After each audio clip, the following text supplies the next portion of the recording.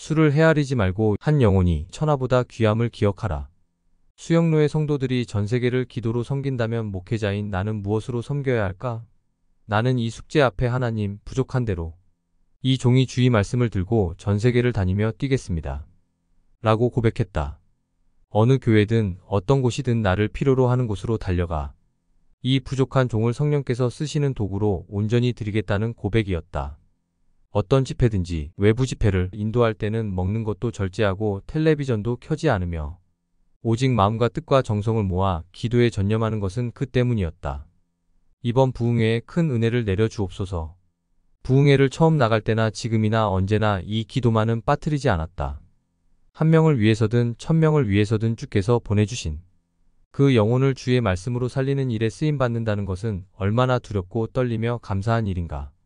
아마도 부흥회를 다니는 수많은 목회자들이 같은 마음일 것이다. 그러나 한편 부흥회를 다니다 보면 어느덧 물량주의에 빠져있는 목회자들의 모습을 발견할 때가 있어 안타까움이 일기도 한다.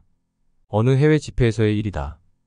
연합 집회로 모인 그 자리에 서서 보니 큰 교회 본당에서 치르는 집회였지만 썰렁하기 그지없었다.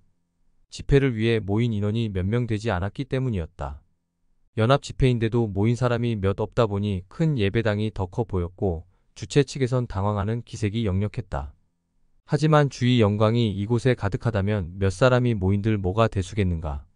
한 사람이 모여도 그를 통해 영광 받으실 주님이시지 않은가. 나는 전혀 그 부분에 대한 염려가 없었기에 최선을 다해 말씀을 전했다.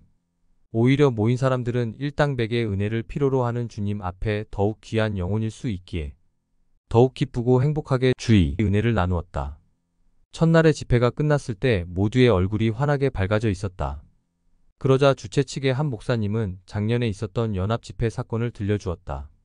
매우 유명하신 목사님을 강사로 모셔왔는데 그때도 이번처럼 모인 사람이 몇 없었다고 한다. 그러자 강사 목사님이 화가 나서 내가 얼마나 바쁜 목사인데 아무 준비도 없이 나를 불러놓고 이게 뭐하는 짓이냐? 고하는 바람에 모두들 쥐구멍에라도 숨고 싶었다고 했다.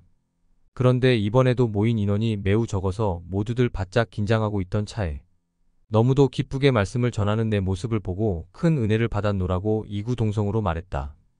그리고는 예배 후에 자원에서 교인들 집에 연락을 하더니 다음날 예배당이 꽉 찰 정도로 모여 함께 집회의 은혜를 나누었다. 나는 그때 목회자들이 얼마나 물량주의에 빠져 있는지 다시 생각하게 되었다.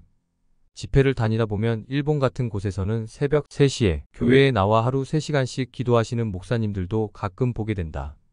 그런 분들이 날마다 눈물로 기도하며 목회에도 집회에 모인 인원은 몇 되지 않는다. 주변에 택함받은 주의 백성들이 적기 때문일 것이다.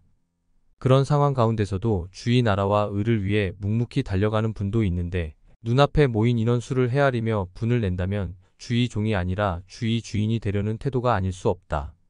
우리는 목회하면서도 그런 자세를 가질 때가 종종 있다. 처음엔 섬기기 위해 목회를 시작했다가 어느덧 과시하기 위해 목회하는 자로 변질되어 있지는 않은지 돌아볼 일이다. 정말 잘 섬기는 사람들은 소박한 마음을 가진 자들이다. 천하보다 귀한 한 사람 앞에서 말씀을 전하게 하시다니 감사합니다라는 마음, 제게 나눌 것이 조금이라도 있게 하시니 감사합니다라는 마음을 가진 사람은 언제나 한결같이 나눌 수 있다. 하나님은 그런 사람을 귀히 쓰신다. 큰 나무는 한 사람이 찾아와서 쉬어가든 10사람이 와서 쉬어가든 언제나 그 울창한 잎의 은혜를 아낌없이 내어주는 법이다. 그리고 가을이 오면 가장 튼실하고 알찬 열매를 주렁주렁 맺는다. 순수하게 나눈 만큼 그 열매 또한 순수하고 크다. 나는 어떤 목회자일까?